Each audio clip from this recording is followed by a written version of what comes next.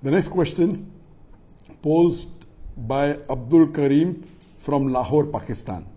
If all the Muslims believe in the same Quran and the same Hadith, then why are there four madhabs?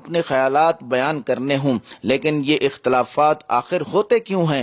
Doctor Zakir Naik صاحب نے فرمایا کہ آپ کو بتاتا ہوں، پہلے لوگ یہ سمجھتے تھے کہ یہ سارا فرق صحیح حدیث اور ضعیف حدیث کی وجہ سے ہے، لیکن اصل میں ایسا نہیں۔ میری اپنی تعلیم کے مطابق اصول فقہ کی وجہ سے ہوتا ہے۔ جیسا کہ قرآن میں واضح ہے کہ شراب حرام ہے، لہذا اس میں فقہ کی کوئی بات ہو ہی نہیں سکتی، لیکن جہاں پر قرآن میں یا حدیث کو سمجھنے کی بات ہوتی ہے وہاں اصول فقہ لاگو ہوتا ہے۔ اصول فقہ کے مطابق اپنی بات کو صحیح ثابت کرنے کے لیے مختلف معیارات ہیں، کچھ کے ہاں 5 معیارات ہیں، کچھ کے ہاں 6، کہیں 7، کہیں پر 10 بھی ہیں۔ ڈاکٹر ذاکر نائک صاحب نے فرمایا کہ آپ کو سمجھانے کے لیے مثالیں دیتا ہوں۔ سب سے پہلا فرق معیارات کا ہوتا ہے۔ پہلا اور دوسرا معیار تو تمام جگہ ایک ہے، یعنی قرآن جو کہ ہر جگہ پہلا معیار ہے، قرآن کی بات 2 ٹوک ہے، جبکہ دوسرا معیار متواتر حدیث ہے۔ ڈاکٹر ذاکر نائک صاحب نے فرمایا کہ متواتر حدیث وہ ہوتی ہے جسے ہر دور کے کئی لوگ نقل کرتے ہوں، مثلا بہت سے صحابہ نے نقل کیا حضور صلی اللہ علیہ وسلم سے، پھر بہت سے تابعین نے صحابہ کرام سے نقل کیا ہو، پھر بہت سے تابع تابعین نے تابعین سے نقل کیا ہو، تو ایسی حدیث کو متواتر حدیث کہتے ہیں جس کا قرآن کے بعد پہلا درجہ ہے۔ تمام مسالک میں یہ دوسرا معیار ہے، یعنی قرآن کے بعد۔ اسی طرح پھر غریب حدیث ہے جس کے راویوں کی صرف ایک لڑی ہو، اس کے بعد خبر واحد جس کا صرف ایک ہی راوی ہو۔ مثلا صحیح بخاری کی ایک مشہور حدیث ہے جو کہ حضرت عمر رضی اللہ تعالی عنہ سے منقول ہے، انما الاعمال بالنیات، اعمال کا دار و مدار نیتوں پر ہے۔ آپ کو جہاں کہیں بھی یہ حدیث ملے، چاہے صحیح بخاری میں ہو چاہے صحیح مسلم میں ہو، اس کا راوی صرف ایک ہی ہے، یعنی حضرت عمر رضی اللہ تعالی عنہ۔ لہذا جس حدیث کے بھی راویوں میں سے کسی ایک زمانے کے راوی ایک ہوں، وہ حدیث خبر واحد کہلاتی ہے۔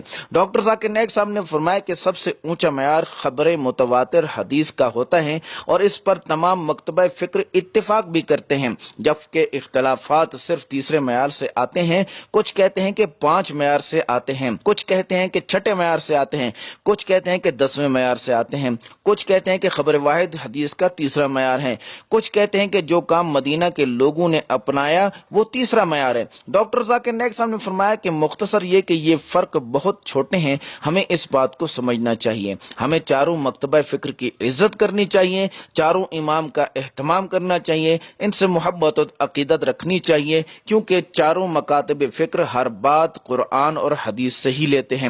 لیکن اگر تھوڑا بہت فرق آ بھی جاتا ہے تو اس سے کوئی فرق نہیں پڑتا، جیسے کہ کچھ کہتے ہیں کہ اگر نماز کے احکام لینے ہیں تو متواتر حدیث کی بات کی جائے، کیونکہ نماز حضرت محمد صلی اللہ علیہ وسلم نے سب کے سامنے پڑھی تھی، تمام صحابہ کرام نے دیکھا تھا، اس لیے نماز کی صورت میں متواتر حدیث قابل قبول ہیں۔ جبکہ کچھ مکتبہ فکر کہتے ہیں کہ اگر خبر واحد حدیث صحیح حدیث کے تمام معیارات پر پورا اترتی ہے، چاہے وہ ایک ہی صحابہ سے نقل ہو، ہم اسے مانیں گے اور اس پر عمل کریں گے۔ ناظرین، ڈاکٹر ذاکر نائک صاحب نے ایک اور بات بھی کہی، آپ نے کہا کہ اسی طرح یہ فرق قرآن کی آیت کو سمجھنے کا بھی ہو سکتا ہے۔ مثلا قرآن مجید کی کسی آیت کو کسی امام نے اور طرح سمجھا، جبکہ کسی اور امام نے کسی اور طرح سمجھا، لیکن غور طلب بات یہ ہے کہ ہمیں ان باتوں پر لڑنا نہیں چاہیے۔ ہم چاروں ائمہ کرام کی عزت کرتے ہیں اور کریں، اس لیے چاروں مکاتب فکر کو صحیح سمجھنا چاہیے اور امت مسلمہ میں نا اتفاقی کا بیج نہیں بونا چاہیے۔ ناظرین، اب آتے ہیں ان چاروں مذاہب کی ضرورت کیوں پیش آئی۔ ائمہ اربعہ میں جو فروعی اختلافات پائے جاتے ہیں یہ ان حضرات کے پیدا کردہ نہیں ہیں، بلکہ ان کے زمانے سے چلے آ رہے ہیں۔ اختلافات نصوص شرعیہ کی روشنی میں ہوئے ہیں اور صحابہ کرام کے ملفوظات کی روشنی میں بھی ہوئے ہیں، جیسا کہ حدیث اور آثار کی کتابوں سے معلوم ہوتا ہے۔ البتہ چاروں ائمہ نے ان اختلافات کی صحیح اور واقعی بنیادیں واضح فرما کر ان کی روشنی میں انسانی زندگی کے تمام شعبوں اور گوشوں پر حاوی مکمل فقہ مرتب فرمائی ہے تاکہ لوگوں کے لیے عمل آسان ہو۔ اس کے بعد ایک فقہ کی اتباع لازم قرار دی گئی تاکہ دین کے باب میں نفس و خواہشات کی اتباع اور پیروی کا راستہ بند ہو جائے۔ بس ائمہ اربعہ کے مسالک لوگوں کے لیے دین پر عمل کرنے کی صحیح اور معتبر راہیں ہیں، یہ غلط اور بے بنیاد نہیں ہیں۔ ائمہ اربعہ کے متبعین آپس میں ایک دوسرے کو گمراہ نہیں کہتے، البتہ دلائل کی روشنی میں اپنے مسلک کو دوسروں سے راجح قرار دیتے ہیں، اور ترجیح کا اختلاف بعض بنیادی باتوں پر ہے جو کہ ڈاکٹر صاحب نے پہلے بیان کر دی ہیں، جو ہر ایک کے نزدیک قرآن اور حدیث کی روشنی میں مدلل ہیں، جبکہ غیر مقلدین صرف اپنے آپ کو برحق سمجھتے ہیں۔ ہیں اور دوسروں کو گمراہ قرار دیتے ہیں۔ قرآن سمجھنے کے لیے صرف عربی جاننا کافی نہیں، دین کے دیگر بہت سے علوم کا جاننا پڑھنا بھی ضروری ہے۔ اسی لیے اہل عرب بھی باقاعدہ بنیادی علوم پڑھ کر ہی قرآن و حدیث پڑھتے ہیں۔ اور قرآن سمجھنے کا مطلب یہ نہیں ہے کہ آپ کہیں کسی آیت کا کچھ مطلب سمجھ جائیں، بلکہ قرآن سمجھنے کا مطلب ہے پورے قرآن کو تمام اصول و ضوابط کی روشنی میں صحیح طور پر سمجھنے کی کوشش کرنا۔ یہ صرف عربی زبان جاننے سے نہیں آتا۔ بھائیو، ڈاکٹر ذاکر نائک صاحب کا جواب کیسا لگا کمنٹ کر کے ضرور بتائیں۔ اس ویڈیو کو لائک اور شیئر کریں، بلکہ واٹس ایپ پہ شیئر کریں۔ چلیے ملتے ہیں نیکسٹ ویڈیو میں۔ شکریہ، السلام علیکم۔